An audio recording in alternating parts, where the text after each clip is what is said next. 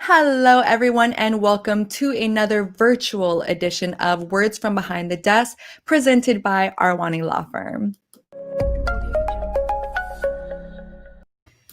My name is Vakai Rafai, and I'm so excited that you guys are back here today.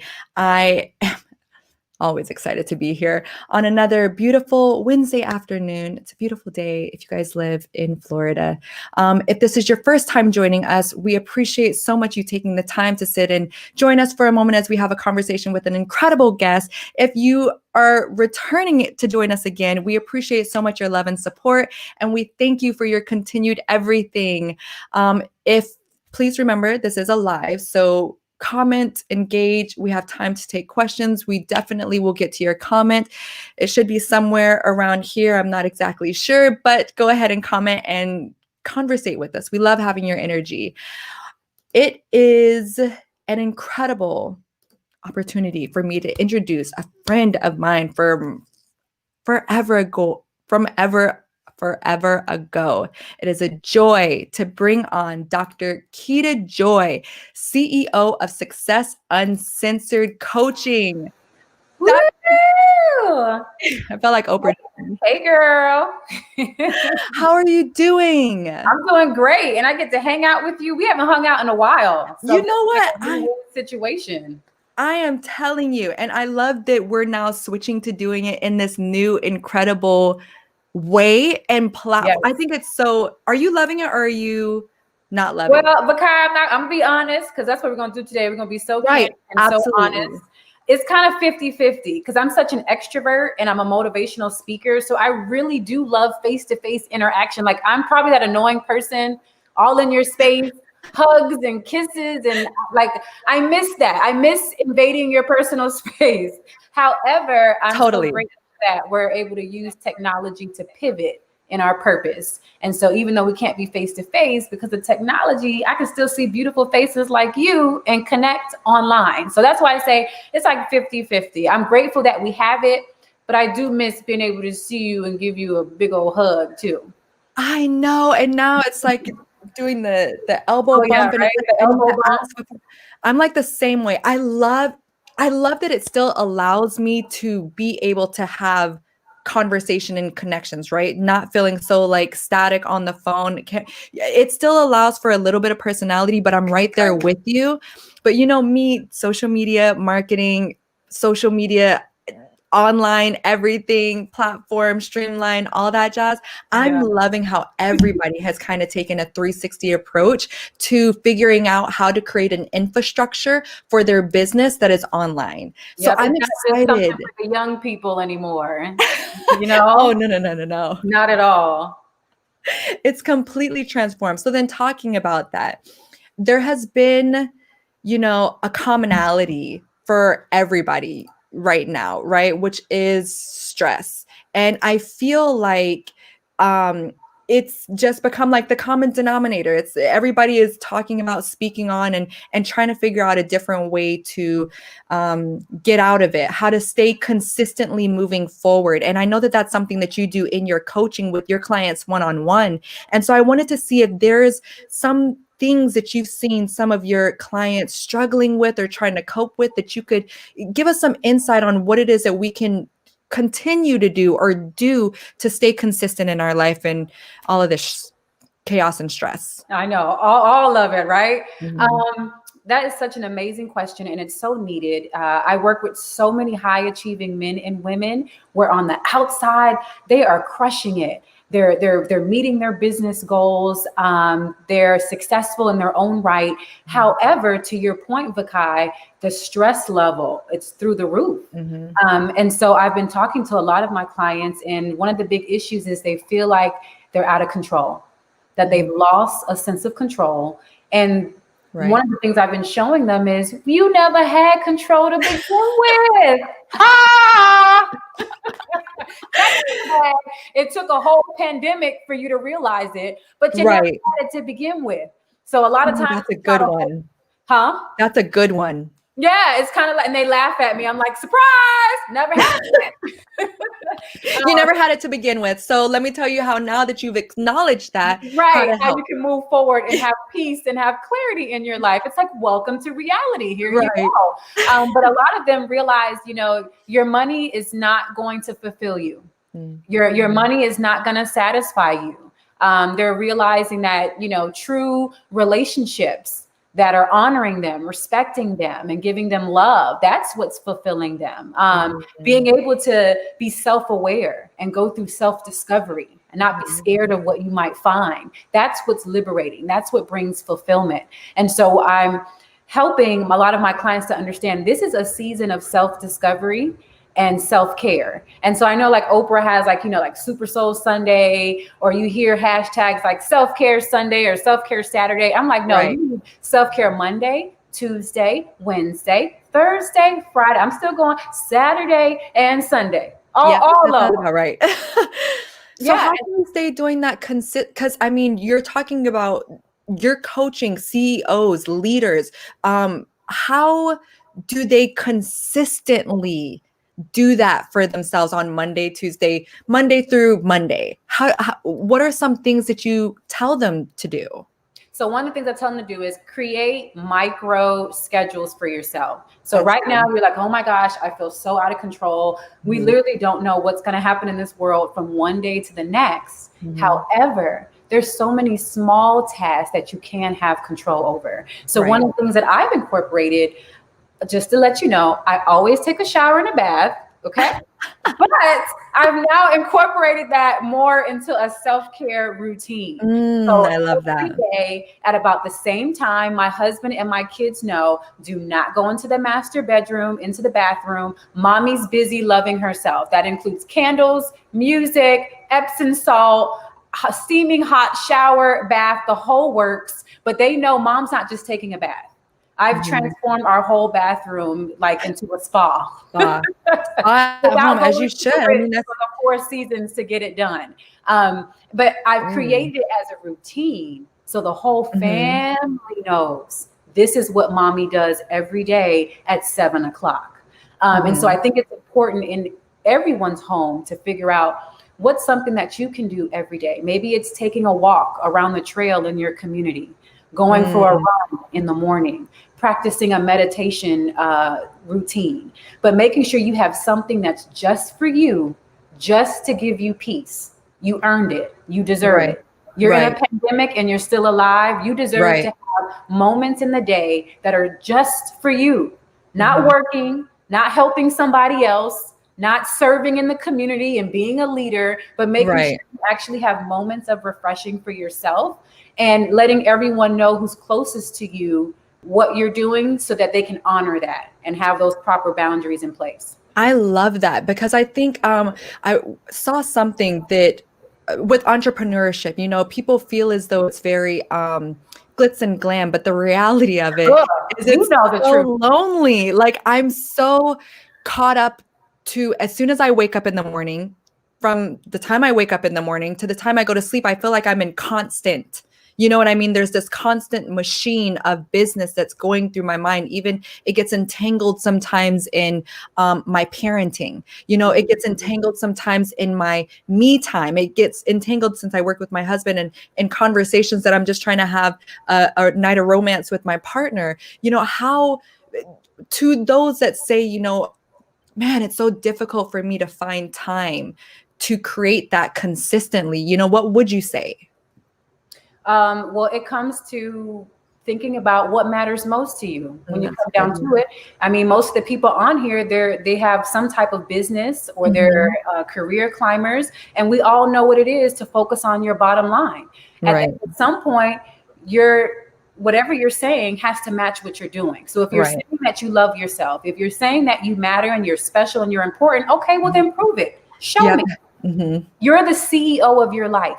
And so what I do now on my calendar, I also have my self-care practices on my calendar. They are blocked off. So clients can't schedule calls during that time. Right. It's literally my time. So what I It's tell self-discipline. The way you self-discipline yourself in your business, self-disciplining yourself in your self-care as well. exactly, and use those same tools, the same tools that you use for your business. If you were using your Google Calendar or whatever method, use that same system to schedule your self-care time. It should be just as important or even more important, because what good are you to your business if you're not doing what you need to do for yourself? Right, completely. And we have we have a lot of people in our audience, who are clients of family issues within the court system, may it be divorce or a renegotiation of parental accessibility. And I know for moments of that, it creates a different sort of stress within parenting problems with moving forward consistently in my business, but now I'm struggling with this cloud of court over Right. my More head. drama. It's like drama. Right. Yeah. What is something that, because we have a lot of people that keep asking us, they're clients and they're stressed and they're frustrated and they just don't know how to get themselves out of it. Would it be self-care also, or is there something else that they could practice or help keep them focused? What kind of advice would you offer to them? I always tell people, you can't do more than what you can do. You're That's not a good. magician. You can't change anybody else. So one of the things I practice, the serenity prayer, which says, God and that whoever you believe, grant me the serenity. But these are the key powerful words here: to accept the things I cannot change. That's So, good. i.e., insert court hearings, proceedings, Judgments. judgments, set all that, Right.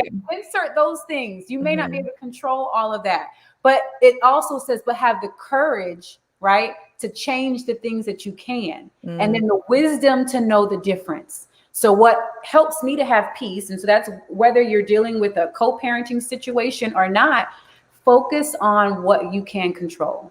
You can control being positive. You can control making your appointments on time. You can control being respectful and thinking about always what's best for the children involved and take your emotions out of it. So there's things, so long as you're always thinking about, let me focus on only what I can control. Most of the stress happens when we're focusing on external factors that we can't do anything about. So I say the things that you can't do anything about, you surrender them, and you only focus on the things that you can control. And with that, though, Bakai, you have to have boundaries. You got to have boundaries. And that means let your yes be yes and let your no be no. And even if that makes other people uncomfortable, or if I'm a recovering people pleaser, anybody else? A recovering people pleaser.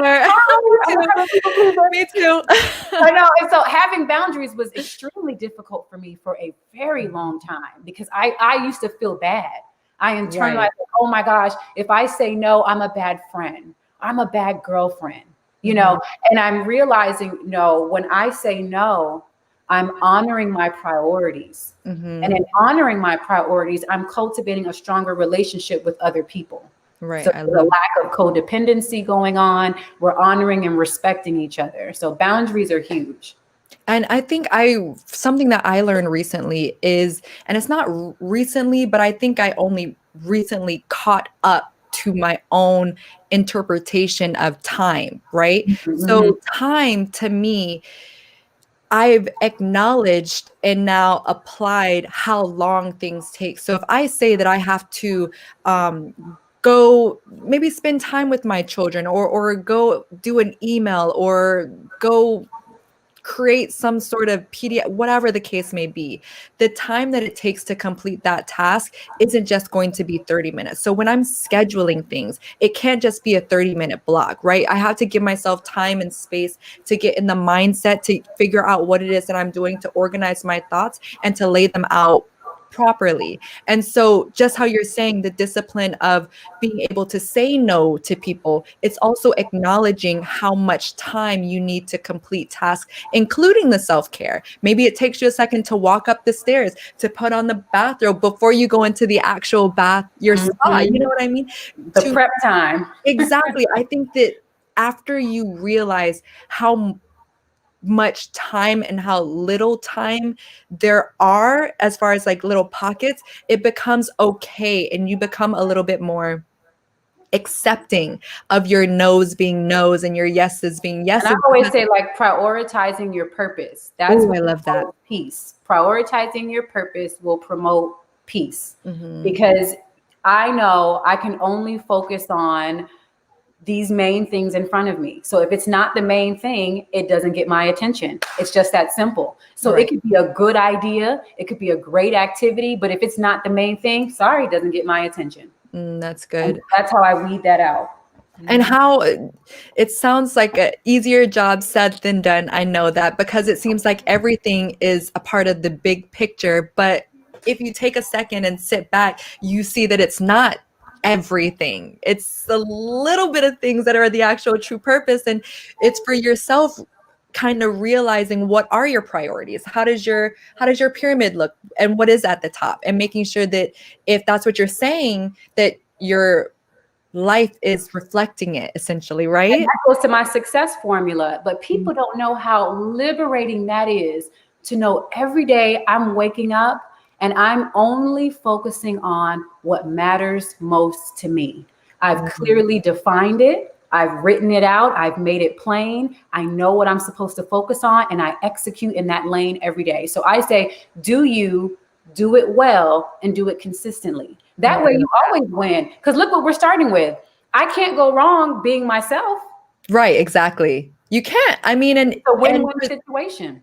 If for those of you who feel like you can go wrong being yourself, then you have to kind of tweak your brain to what are you talking about? Are you talking about other people's perception of you? Because if you're doing yourself right, then you're good. If you're talking about somebody else's interpretation of you, that's not for you to put any energy and effort And into. I want to lighten the load. Think about it. There are over 7 billion people in the planet.